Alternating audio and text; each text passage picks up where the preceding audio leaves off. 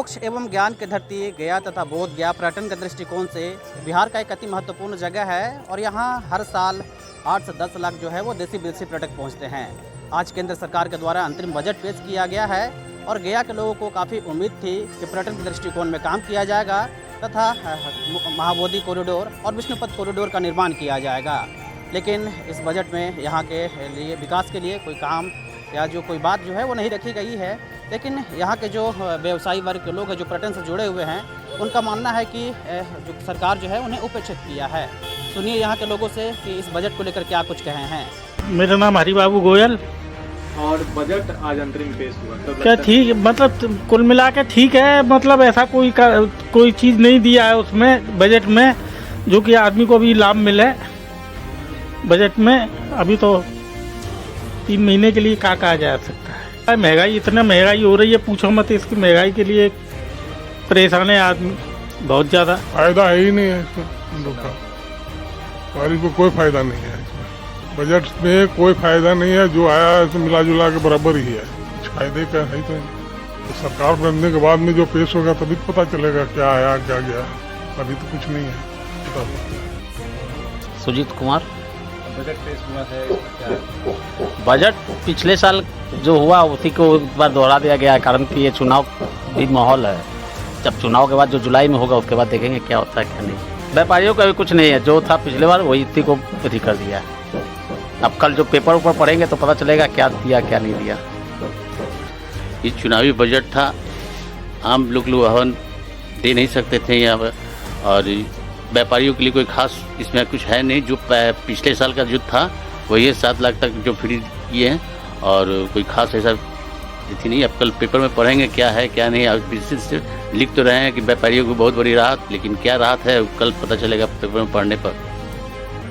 Budget आम जनता के लिए जैसे पहले था वैसे आज भी है और पूरा बजट के बारे में भी हम उतना बोल भी नहीं सकते, लेकिन व्यापारी वर्ग के लिए जो है कुछ और उसमें छूट देना चाहिए सरकार को। गवर्नमेंट जो है बिजनेसमैन के लिए 2 लाख रुपया नगद रखने के लिए बोला, लेकिन कम से कम उसको 5 लाख सोने चांदी के बिजनेस में 2 लाख रुपया कोई माने नहीं रखता। ग्राहक चेक नहीं लेता है, बोलता कि हमको कैश दीजिए। तो कम से कम 5 लाख रुपया तक का बिजनेसमैन को रखने का यत्न मिलना चाहिए। मैं राजेश कुमार। बजट हम लोगों ने ऐसे तो सुना भी है, थोड़ा सा सुना है, पूरा देखा तो नहीं अभी। कुछ 300 यूनिट फ्री करने के लिए दिया है, अब किसको दिया है ये अभी हमें मालूम नहीं है। बाकी सब बजट जैसा पुराना था वैसा ही है। टूरिज्म के मामले में मैं समझता हूँ, मैं पिछले 5 वर्षों से जो देख रहा हूँ, कोरोना काल के बाद से हम लोगों ने बहुत आशा किया था सरकार से कि टूरिज्म के डेवलपमेंट के लिए सरकार कुछ काम करेगी। वैसे सरकार का ध्यान किसी एक आध सेक्टर पे होता है, जबकि बोध गया अंतर्राष्ट्रीय स्थल है। यहाँ पे बहुत सारे विदेशी पर्यटक आते हैं और समझिए कि यहाँ मतलब पैसा आता है, यहाँ विदेशी पैसा आता है।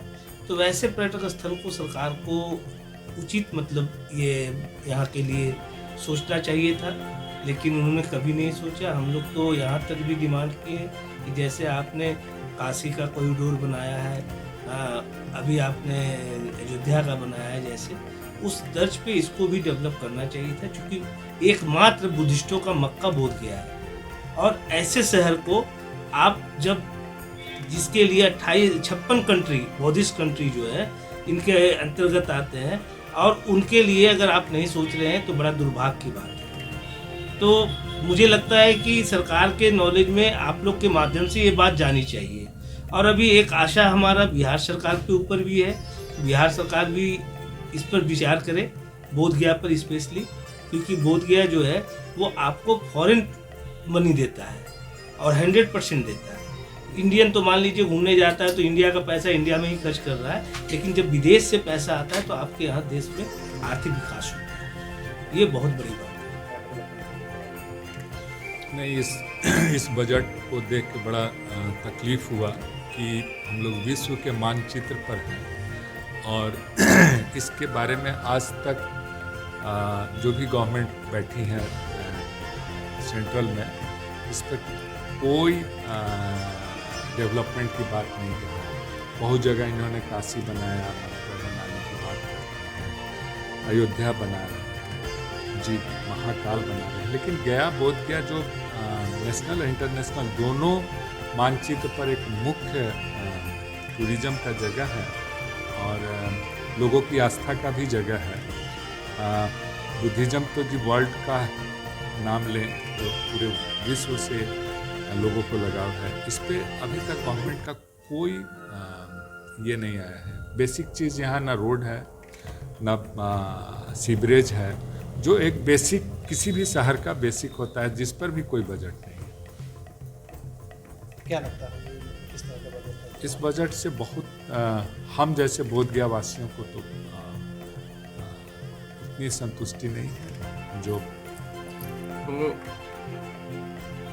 ये चुनावी बजट नज़र आ रहा है, इसमें किसी तरह का जो टैक्स पेयर है उनको एक भी इसमें कोई छूट नहीं दी गई है, जबकि लाखों करोड़ सब टैक्स पेयर हमेशा देते हैं और वो टैक्स के पैसा लेकर के अपने वोट की राजनीति कर रहे हैं, जो कुछ लोगों को फ्री देना चाहते हैं। हमारा गया और बोधगया का क्षेत्र जो है वो पर्यटन के दृष्टिकोण से महत्वपूर्ण जगह है। पर्यटन के क्षेत्र में क्या कुछ देख रहे हैं आप? पर्यटन के क्षेत्र में तो गया बोधगया का इनके पूरे भारत में नहीं दिख रहा है पर्यटन के क्षेत्र में कहीं विकास। अगर विकास करना ही है तो इसके पहले विष्णुपथ और बोधगया कॉरिडोर बनाना चाहिए, जो पूरा विश्व में विख्यात है।